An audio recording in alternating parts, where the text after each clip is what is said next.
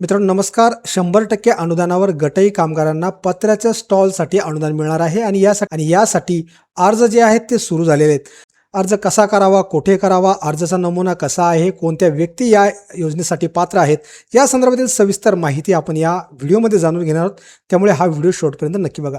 मित्रांनो सगळ्यात महत्त्वाचं म्हणजे हे आहे, आता तुम्हाला जे स्क्रीनवरती दिसतंय हे आहे जळगाव एनडीएमचं अधिकृत पेज. या ठिकाणी तुम्ही बघू शकता जळगाव एनडीएम जिल्हाधिकारी कार्यालय जळगाव.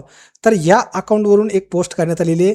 राज्य शासनाच्या समाज कल्याण विभागामार्फत सुरू असलेल्या गटई स्टॉल योजनेचा लाभ घेण्यासाठी सोबत जोडलेल्या बारकोडला स्कॅन करून अधिक माहिती मिळवा. तर या ठिकाणी तुम्ही जेव्हा हा बारकोड स्कॅन कराल त्यावेळेस तुम्हाला अशा प्रकारचा हा जो अर्जाचा नमुना आहे तो तुम्हाला त्या ठिकाणी ओपन होईल. या ठिकाणी संपूर्ण माहिती दिलेली आहे. गटई कामगारांना पत्र्याचे स्टॉल पुरवणे योजना. आता ही योजना कशी राबविल्यानंतर राज्यामध्ये चामड्याच्या वस्तू व पादत्राणे दुरुस्तीच्या क्षेत्रात मोठ्या प्रमाणात अनुसूचित जातीच्या व्यक्ती असून त्यांना उपजीविकेचा प्रश्न यांच्याशी निगडीत आहे.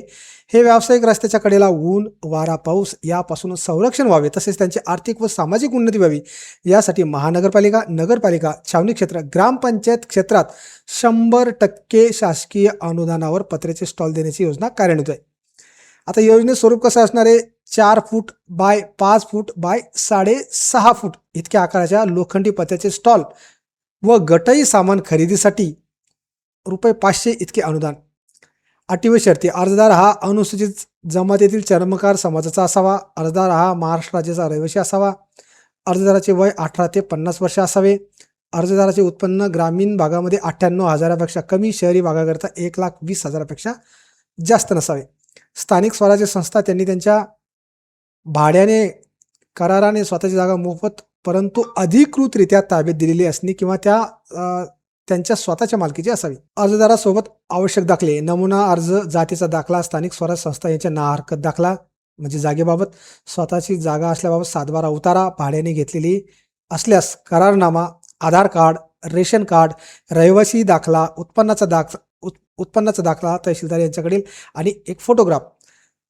आता या संदर्भात तुम्हाला अधिक माहिती हवी असेल तर सहाय्यक आयुक्त समाज कल्याण कार्यालय जळगाव, पत्ता सामाजिक न्याय भवन, मायादेवी मंदिरासमोर, महाबळ, जळगाव या ठिकाणी फोन नंबर पण देण्यात आलेला आहे. या ठिकाणी अर्जाचा नमुना पण आहे. गटई कामगारांना पत्र्याचे स्टॉल करता अर्ज जरी जुना असला तरी हा अर्जाचा नमुना त्या ठिकाणी अधिकृत त्यांच्या इंस्टाग्राम अकाउंटवरती देण्यात आलेला आहे. तर या ठिकाणी वडिलाचं नाव, पतीचं नाव, कायमचा पत्ता, त्यानंतर अर्जदाराचं नाव टाकायचं आहे, त्यांचा मोबाईल नंबर, वडिलाचं नाव, पतीचे नाव, महिला जर असेल तर कायमचा पत्ता, सध्याचा पत्ता, स्टॉल ज्या जागेत मागत आहे तो पत्ता, महानगरपालिका यांनी भाड्याने किंवा एखादं जर जागा भाड्याने घेताल तर भाड्याचा करारनामा, स्वमालकीच्या याचा तपशील, अर्जदाराची जन्मतारीख, जन्मस्थळ, अर्जदाराची जात, शिक्षण, रेशन कार्ड क्रमांक, आधार कार्ड क्रमांक, अर्जदाराचे वडिलांचा व्यवसाय, पतीचा व्यवसाय, कुटुंबातील मिळवत्या व्यक्तीचे वार्षिक उत्पन्न, तहसीलदारांनी निर्गमित केलेले उत्पन्नाचे प्रमाणपत्र, व्यक्तीचे नाव, वय, नाते, व्यवसाय, मासिक वार्षिक उत्पन्न. त्यानंतर बँका अथवा इतर महामंडळाकडून कर्ज किंवा अनुदान घेतले असल्यास त्या संदर्भातील तपशील.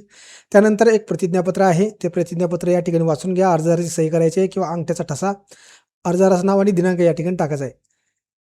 या ठिकाणी अर्जासोबत कोणकोणते कागदपत्रे जोडायचे आहे तर अर्जदाराने स्वतःचा अधिकृत अधिकाऱ्याने दिलेला जातीचा दाखला, उत्पन्नाचं प्रमाणपत्र, शाळा सोडल्याचा दाखला व अर्जास एक पासपोर्ट साईजचा फोटो या ठिकाणी लावायचा आहे.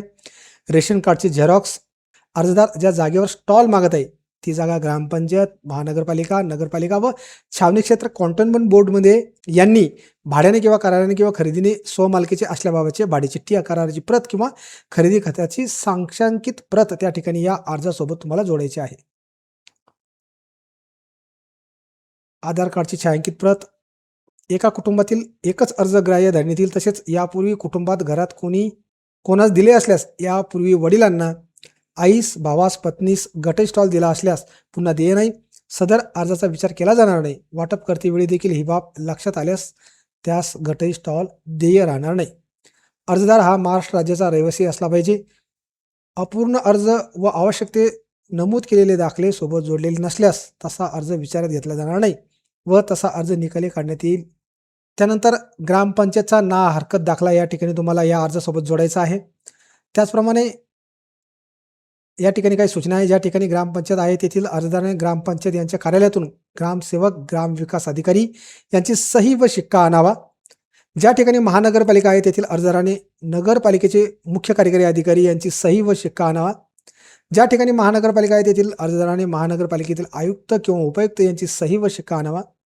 वर नमूदप्रमाणे अधिकारी यांची सही शिक्का ग्राह्य धरण्यात येईल.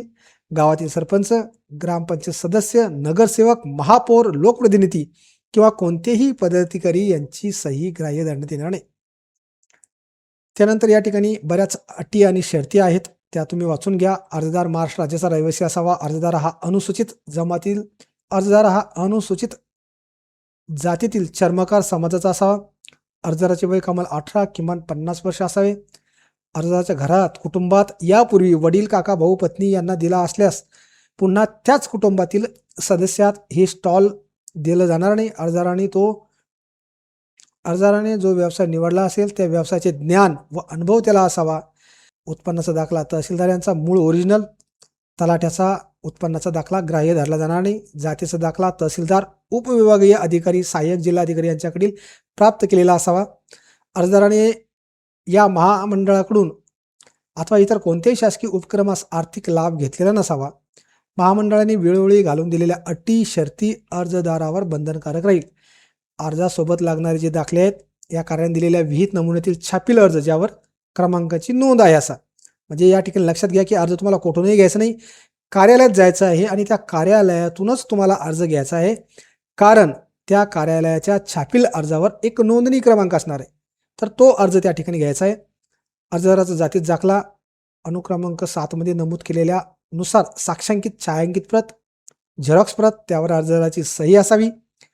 अर्जदाराचा मूळ उत्पन्नाचा दाखला सन 2022-23, रेशन कार्डची छायांकित प्रत, आधार कार्डची झेरॉक्स प्रत, ना हरकत प्रमाणपत्र, जन्मतारखेचा पुरावा, यासाठी शाळा सोडल्याचा दाखला किंवा आधार कार्डवर जन्मतारखे नोंद असलेले साक्षांकित छायांकित प्रत या अर्जासोबत जोडायचे आहे.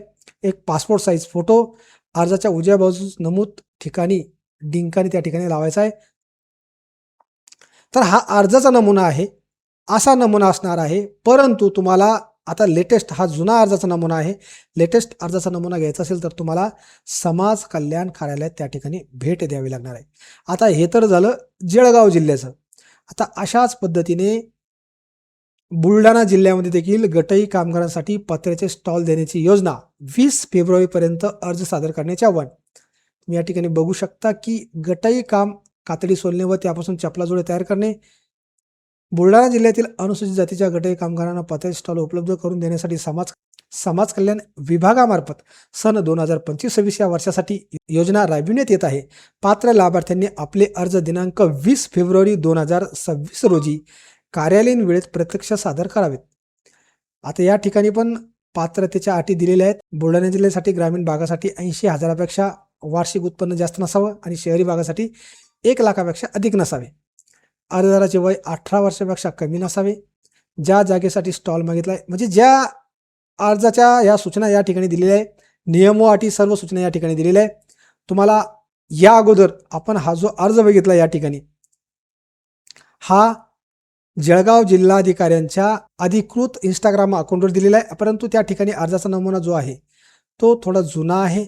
परंतु नवीन नमुना तुम्हाला हवा असेल तर तुम्ही त्या ऑफिसला जाऊन, या ठिकाणी ऑफिसला जाऊन भेट देऊन त्या ठिकाणी नवीन जो अर्जाचा नमुना आहे तो घेऊन लगेच तुमचा अर्ज सादर करून द्या, जेणेकरून तुम्हाला या शासकीय योजनेचा लाभ मिळेल. धन्यवाद.